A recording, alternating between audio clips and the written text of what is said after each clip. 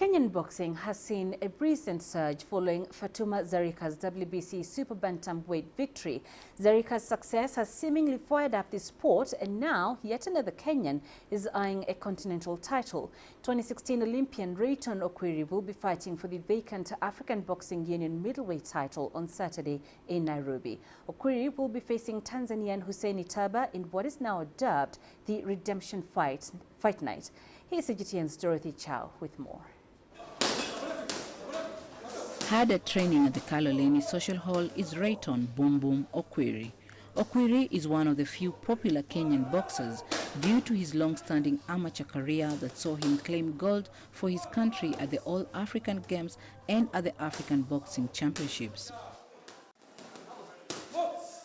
He has now turned professional and holds a record of 4 wins, 1 draw and no losses, a record he attributes to his long amateur boxing career. All the fights I have had in my amateur career have helped me grow to be a good pro boxer.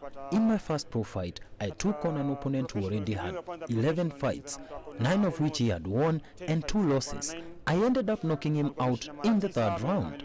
So my long amateur experience was not a waste. It helped me grow, especially my being chosen by AIBA for the APB professional boxing. Of his 5 fights, Okwiri has fought and beaten 2 Tanzanians. In between Okwiri and the African Boxing Union Middleweight title is yet another Tanzanian, Hussein Itaba, who has a pro record of 6 wins, 3 losses and 2 draws. Boom Boom will be eyeing to make it 3 wins from 3 Tanzanians and this time be crowned with his first professional boxing title 6 fights into his career. So, every opponent warrants a different game plan. The guy who is in front of me is not hard to beat. We have a game plan in place. My call is for all the fans to show up and see what I have prepared for them, because I am in a better shape than I was in my previous fight.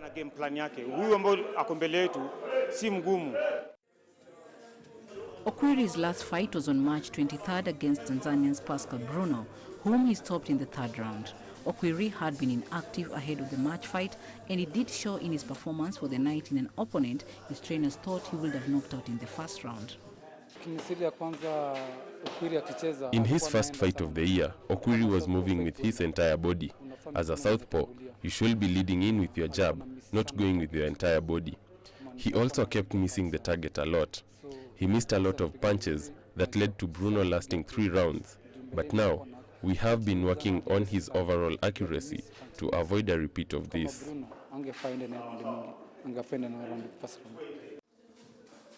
Okwiri has been going to the Kaloleni gym alongside Kenyan heavyweight champion Maurice Okola to be able to learn from trainer Daniel Chisia. Chisia himself was a former Kenyan heavyweight champ and is Okola's brother. Okola will also be fighting on Saturday as an undercard for the Redemption Fight Night that sees Okwiri attempt to win his first pro title. I have been a boxer for a lot of years now, and I have seen Ray model his fighting style after mine. So, when he comes, we mix up what I know and what he knows, and that's why Okwiri picks me as one of his trainers. For heavyweight Okola, he is my brother, so I train him and double up as his sparring partner.